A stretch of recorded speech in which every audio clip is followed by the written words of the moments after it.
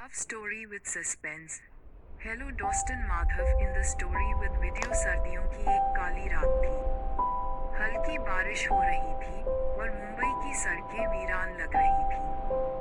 अयान, जो एक युवा पत्रकार था, अपनी बाइक पर तेजी से किसी गुप्त ठिकाने की ओर बढ़ रहा था। उसने एक चिट्ठी पाई थी जिसमें लिखा था, अगर सच्चे प्यार पर यकीन करते हो तो इस पते पर पहुंचो।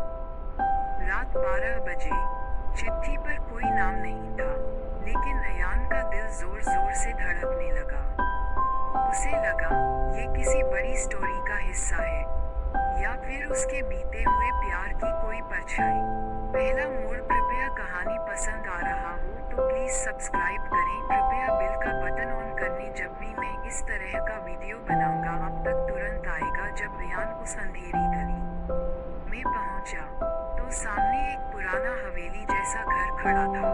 अंदर से हल्की रोशनी आ रही थी। जैसे ही उसने दरवाजा खोला, उसकी आंखें फटी की फटी रह गईं। सामने एक लड़की खड़ी थी, सिया, उसकी कॉलेज की पहली मोहब्बत, जो 5 साल पहले रहस्यमय तरीके से गायब हो गई थी। सिया, तुम जिंदा हो? अयान ने कांपती आवाज में पूछा। सिया ने सिर झुकाया, उसकी आंखों में डर और प्यार दोनों झलक रहे थे। मैं जिंदा तो हूँ, मगर मेरे पास ज्यादा वक्त नहीं है, मुझे बचा लो। अयान। दूसरा मोड़। अचानक हवेली के दरवाजे जोर से बंद हो गए। कमरे की रोशनी झपकने लगी। तभी एक रहस्यमयी आवाज आई, तुम यहाँ क्यों आए हो, अयान? कुछ राज ही रहने दो। अयान समझ गया कि सिया किसी गहरी साजिश का शिकार हुई है। उसने उसका हाथ पकड़ा और खिड़की की तरफ भागा। लेकिन तभी एक नकाबपोश आदमी सामने आ गया। तुम दोनों यहाँ से जिंदा नहीं जा सकते, नकाबपोश गुर्राया। अयान ने हिम्मत जुटाकर उस पर हमला किया। एक धक्का देते ही नकाबपोश का नकाब गिर गया और उसके चेहरे को देखकर अयान के पैरों तले जमीन खिसक गई। वो कोई और नहीं बल्कि सिया का ही मंगेतर विक्रम था, जिसे मरा हुआ मान लिया गया था।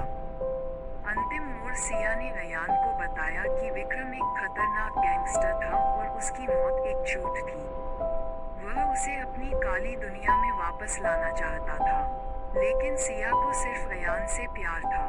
अचानक पुलिस की सायरन बजने लगी। अयान ने पहले ही अपने दोस्त को लोकेशन भेज दी थी।